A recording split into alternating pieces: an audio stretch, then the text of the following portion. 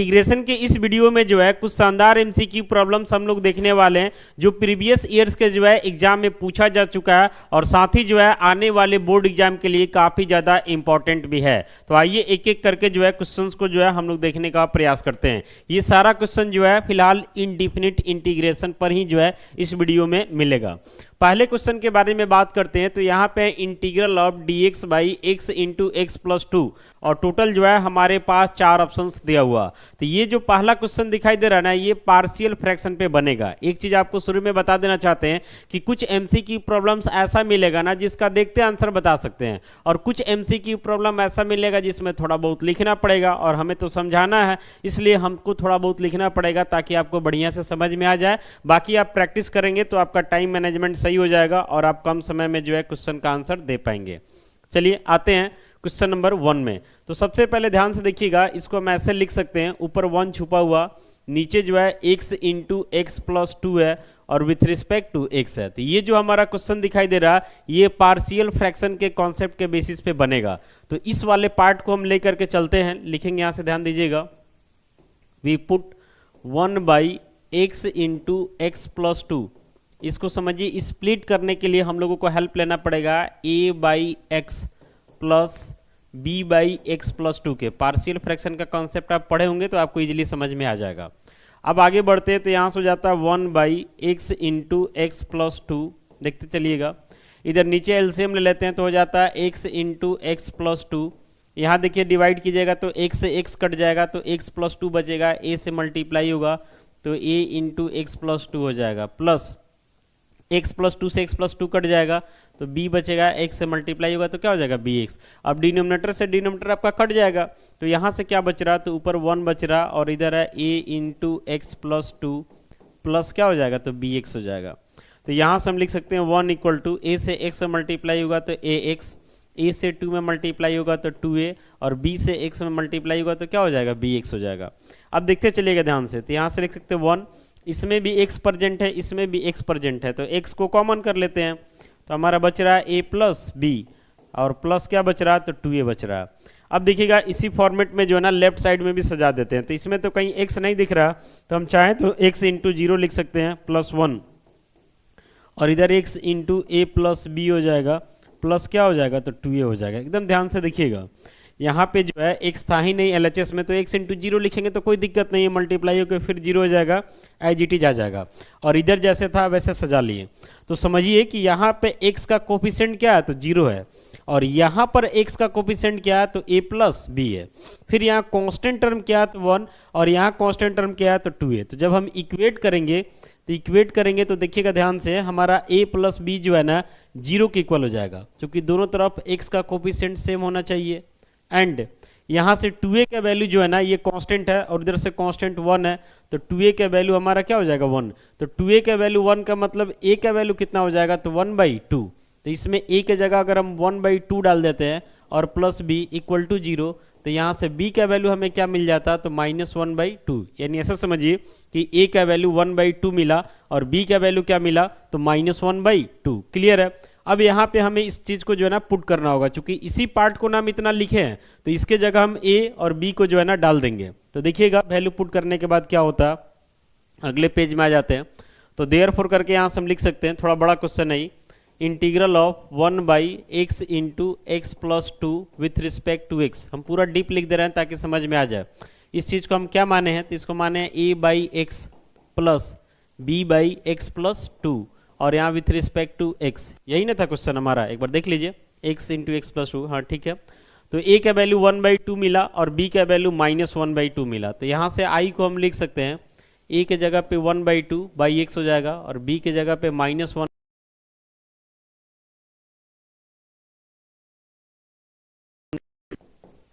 तो y equal to यहाँ से 1/2 कॉमन निकल जाएगा, अलग अलग कर लेते हैं। तो integral of 1 by x with respect to x plus minus minus इसका भी 1/2 निकल जाएगा। तो integral of 1 by x plus two with respect to क्या हो जाएगा x हो जाएगा।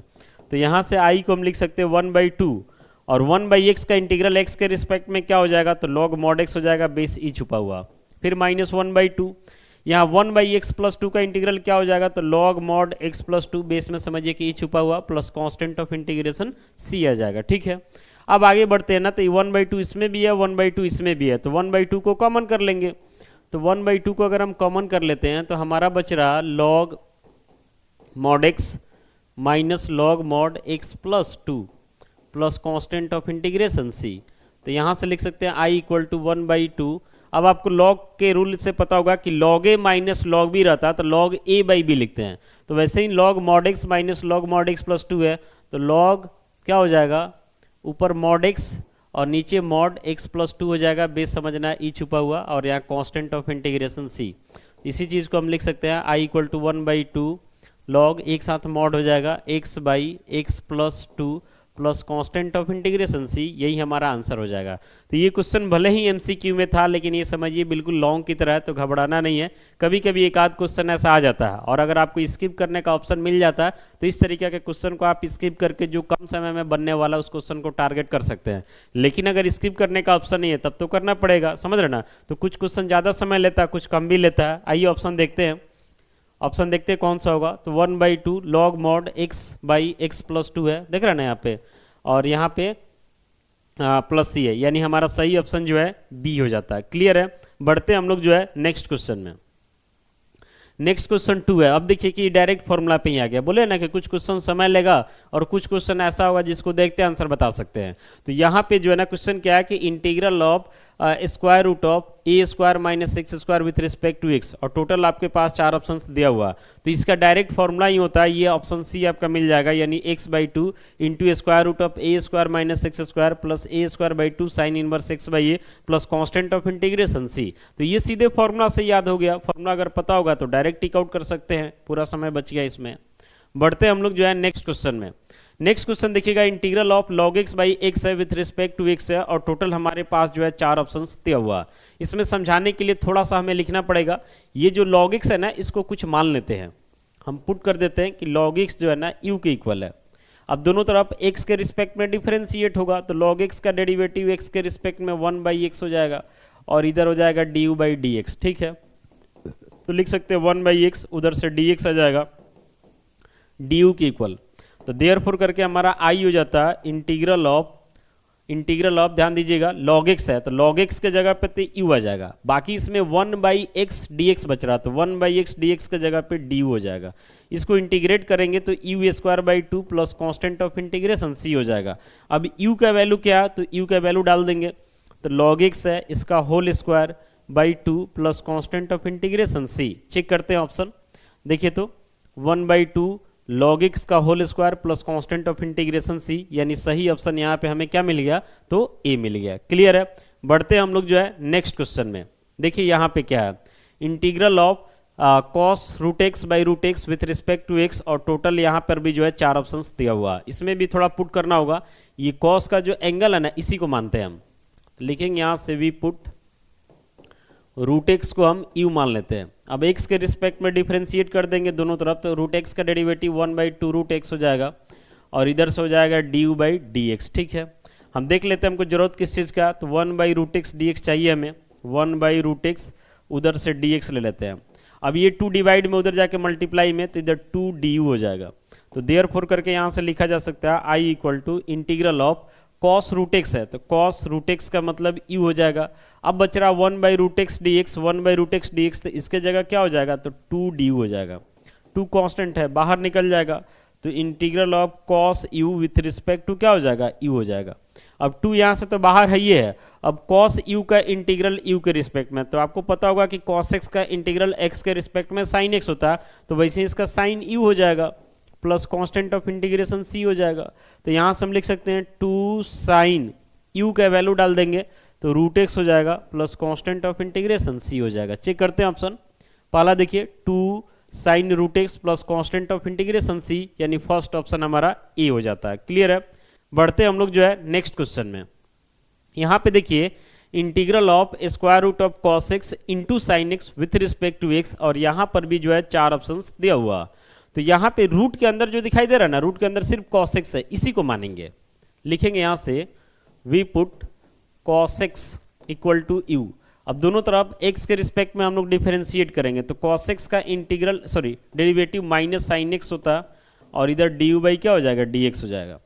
तो यहाँ से हम इसको लिख सकते हैं साइन एक्स उधर से डी एक्स, माइनस को राइट में भेज देंगे तो माइनस डी यू की इक्वल हो जाएगा। अब वैल्यू पुट कर देते हैं तो i equal to integral of square root of cos x है तो इसके जगह u हो जाएगा, और बाकी जो साइन एक्स डी एक्स बच रहा है ना इसके जगह पे माइनस डी यू हो जाएगा। ठीक है, तो माइनस तो बाहर निकालिए लेंगे हम लोग, तो रूट यू का मतलब समझना है कि u का power 1/2 with respect to u, तो i इक्वल टू क्या हो जाएगा माइनस, अब इसको इंटीग्रेट कीजिएगा ना तो u का पावर 1/2 प्लस 1 और नीचे भी 1/2 plus 1 plus constant of integration c हो जाता है। ठीक है, तो आगे बढ़ते हैं तो यहाँ से हमारा हो जाता है i equal to minus u का पावर 1/2 और 1 को जोड़िएगा तो 3/2 हो जाएगा, और नीचे आते हैं तो 1/2 1 को जोड़ते हैं तो ये भी 3/2 हो जाएगा plus constant of integration c हो जाएगा।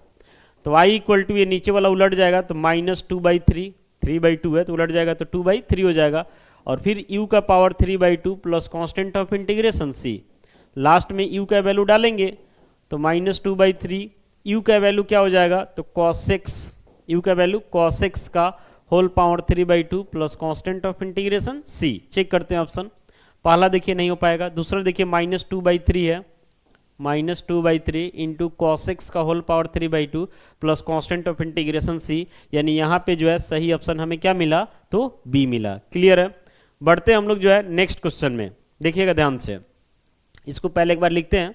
इंटीग्रल ऑफ समझिए कि 1/x log x है और विथ रिस्पेक्ट टू क्या है तो x है, ये हमारा समझना है कि i है। इसमें जो log x दिखाई दे रहा है ना इसको कुछ मानेंगे, लिखेंगे यहाँ से we put log x equal to u। अब x के रिस्पेक्ट में दोनों तरफ डिफरेंशिएट करेंगे तो log x का डेरिवेटिव 1/x और इधर हो जाता है du/dx, लिख सकते हैं 1/x उधर से dx आ जाएगा तो du के इक्वल हो जाएगा। तो देयरफॉर करके हमारा i हो जाता है इंटीग्रल ऑफ 1/log x के जगह पे u। अब क्या बच रहा तो 1/x बच रहा है, dx बच रहा, तो 1/x dx के जगह पे du हो जाएगा। तो 1/u का इंटीग्रल u के ही रिस्पेक्ट में तो log mod u plus constant of integration c, यहाँ बेस समझना है e छुपा हुआ, तो इसको हम लिख सकते हैं log mod u, तो u का वैल्यू क्या है तो log x है और plus constant of integration c। Check करते हैं ऑप्शन, पहला नहीं होगा दूसरा नहीं होगा, यहाँ देखिए log x plus c, mod हटा दिया तो कोई दिक्कत नहीं है, ये चलेगा, यानी सही ऑप्शन हमारा c हो जाएगा। बढ़ते हैं हम लोग जो है नेक्स्ट क्वेश्चन में। नेक्स्ट क्वेश्चन देखिएगा, ऊपर है x-3, ठीक है, और नीचे जो दिखाई दे रहा है x² - 9 है, यानी इसको हम लिख सकते हैं x² - 3 के square with respect to x। तो ऊपर हमारा तो x-3 है और नीचे जो है a² - b² पर जाएगा तो x plus 3 into x minus क्या हो जाएगा 3 हो जाएगा, और विथ रिस्पेक्ट टू x हो जाएगा, तो x-3 से x-3 कट गया तो बचेगा integral of 1/x plus 3 with respect to x। तो जैसे होता ना कि integral of 1/x with respect to x तो log mod x हो जाता, तो उसी फॉर्मेट पे ये हो जाएगा log mod x plus 3, base समझना है e छुपा हुआ plus constant of integration c। Check करते हैं ऑप्शन, पहला तो नहीं होगा, दूसरा देखिए log x plus 3 plus k है, कांस्टेंट k भी लगा सकते हैं, c भी चलेगा, बाकी तो मिल नहीं रहा, तो इस सिचुएशन के अकॉर्डिंग हमारा सही ऑप्शन बी हो जाता है, इसमें मॉड नहीं दिया फिर भी चलेगा। ठीक है, बढ़ते हम लोग जो है नेक्स्ट क्वेश्चन में। तो यहाँ पे ध्यान से देखिएगा कि integral of e⁻² log x है और विथ रिस्पेक्ट टू x है। इसको थोड़ा आगे बढ़ाते हैं तो लिख सकते हैं e⁻ log x, और ये 2 जो है ना इधर पावर में चला जाएगा, यानी x² हो जाएगा विथ रिस्पेक्ट टू x। तो ये जो दिखाई दे रहा ना कि e⁻ log x², इसका ओवरऑल वैल्यू जो है ना हमें सीधे x² मिल जाएगा, क्योंकि e का पावर log x रहता है तो सीधे x हो जाता है, तो वैसे ही e का पावर log x² है तो सीधे x² हो जाएगा विथ रिस्पेक्ट टू x। अब इसको इंटीग्रेट कर दीजिएगा तो x का power 3/3 plus constant of integration k लिखिए या c लिखिए, उससे तो कोई दिक्कत है नहीं। चेक करते हैं ऑप्शन, पहला नहीं होगा दूसरा नहीं होगा, तीसरा देखिए x³ प्लस k, यानी सही ऑप्शन यहाँ पे हमारा c हो जाता है। क्लियर है, तो देख रहे हैं ना कुछ क्वेश्चन ऐसा मिल रहा है जो एकदम क्विक बन जा रहा और कुछ क्वेश्चन ऐसा जिसमें थोड़ा बहुत समय लग रहा है, तो सब एक जैसा नहीं ना मिलेगा। यहाँ पे देखिए x⁻m into x⁻n with respect to x से इंटीग्रेट करना, तो दोनों का बेस तो सेम दिखाई दे रहा है ना, और बेस वेरिएबल है तो समझिए कि बेस सेम है और प्रोडक्ट में है तो पावर ऐड हो जाएगा, यानी इसको हम लिख सकते हैं x⁻m प्लस n, यानी x का पावर m इंटू एक्स का पावर n को हम लिख दें x का power m plus n with respect to x। तो आपको पता है इंटीग्रेशन का फॉर्मूला कि integral of x to the power n with respect to x होता, तो x का पावर n प्लस वन और नीचे भी n प्लस वन, उसके बाद कांस्टेंट लगा देते हैं। तो वैसे यहाँ पे क्या हो जाएगा, तो x का पावर m प्लस n तो पहले से है ही है, फिर एक प्लस वन आ जाएगा फॉर्मूला से, नीचे भी वही हो जाएगा m plus n plus one plus constant of integration k। Check करते हैं ऑप्शन, पहला तो नहीं दिख रहा, दूसरा में आते हैं, ये भी नहीं दिख रहा, तीसरा देखिए x to the power m plus n plus one, नीचे भी m plus n plus one plus constant of integration के, यानी सही ऑप्शन हमारा सी हो जाता है। क्लियर है। बढ़ते हैं हम लोग जो है नेक्स्ट क्वेश्चन में, जो कि इस वीडियो का लास्ट क्वेश्चन होने वाला है। ध्यान से देखिएगा, integral of e to the power 3 है into e to the power x है विथ रिस्पेक्ट टू x। लग रहा है कि पीछे की तरह ही है, लेकिन इसमें ध्यान से देखना है कि e जो है ना, समझिए कि कांस्टेंट होता है, चूंकि इसका वैल्यू 2.71 अप्रॉक्स होता है, तो e का पावर 3 भी कांस्टेंट है, यानी ये कुल मिलाकर के हमारे लिए कांस्टेंट है। और बाकी यहाँ e का पावर x का तो फॉर्मूला होता ही है, तो e के पावर 3 को ना हम कॉमन कर लेंगे, चूंकि ये कांस्टेंट है, तो बचेगा integral of e to the power x with respect to x। तो e का पावर 3 बाहर आएगा। अब e to the power x का इंटीग्रल x के रिस्पेक्ट में e to the power x ही होता है, प्लस कांस्टेंट ऑफ इंटीग्रेशन के लगा देंगे। अब इसको आप कर सकते हैं ना, दोनों का बेस सेम है तो पावर ऐड कर सकते हैं प्रोडक्ट में, तो e का पावर 3 प्लस x यहाँ भी ऐड करके बना सकते थे, घुमा फिरा के लास्ट में वही चीज आता, तो उतना लंबा करके फायदा है नहीं, इसलिए जो पार्ट कांस्टेंट में है उसको हम बाहर निकाल दिए, देन इंटीग्रेट किए, प्लस के हो जाएगा। चेक करते हैं ऑप्शन, पहला नहीं होगा, दूसरा नहीं होगा, तीसरा देखिए e to the power x plus 3 या 3 प्लस x, बात बराबर है, प्लस के, यानी सही ऑप्शन हमारा क्या हो जाता है, तो सी हो जाता है। तो इस वीडियो में जो है टोटल 10 क्वेश्चंस को हम लोग देखे हैं। उम्मीद करते हैं सारा क्वेश्चन आपको समझ में आया होगा। फिर भी कहीं से कोई डाउट है तो कमेंट्स करके आप हमसे पूछ सकते हैं। बाकी मिलते हैं अगले वीडियो के साथ। Thank you.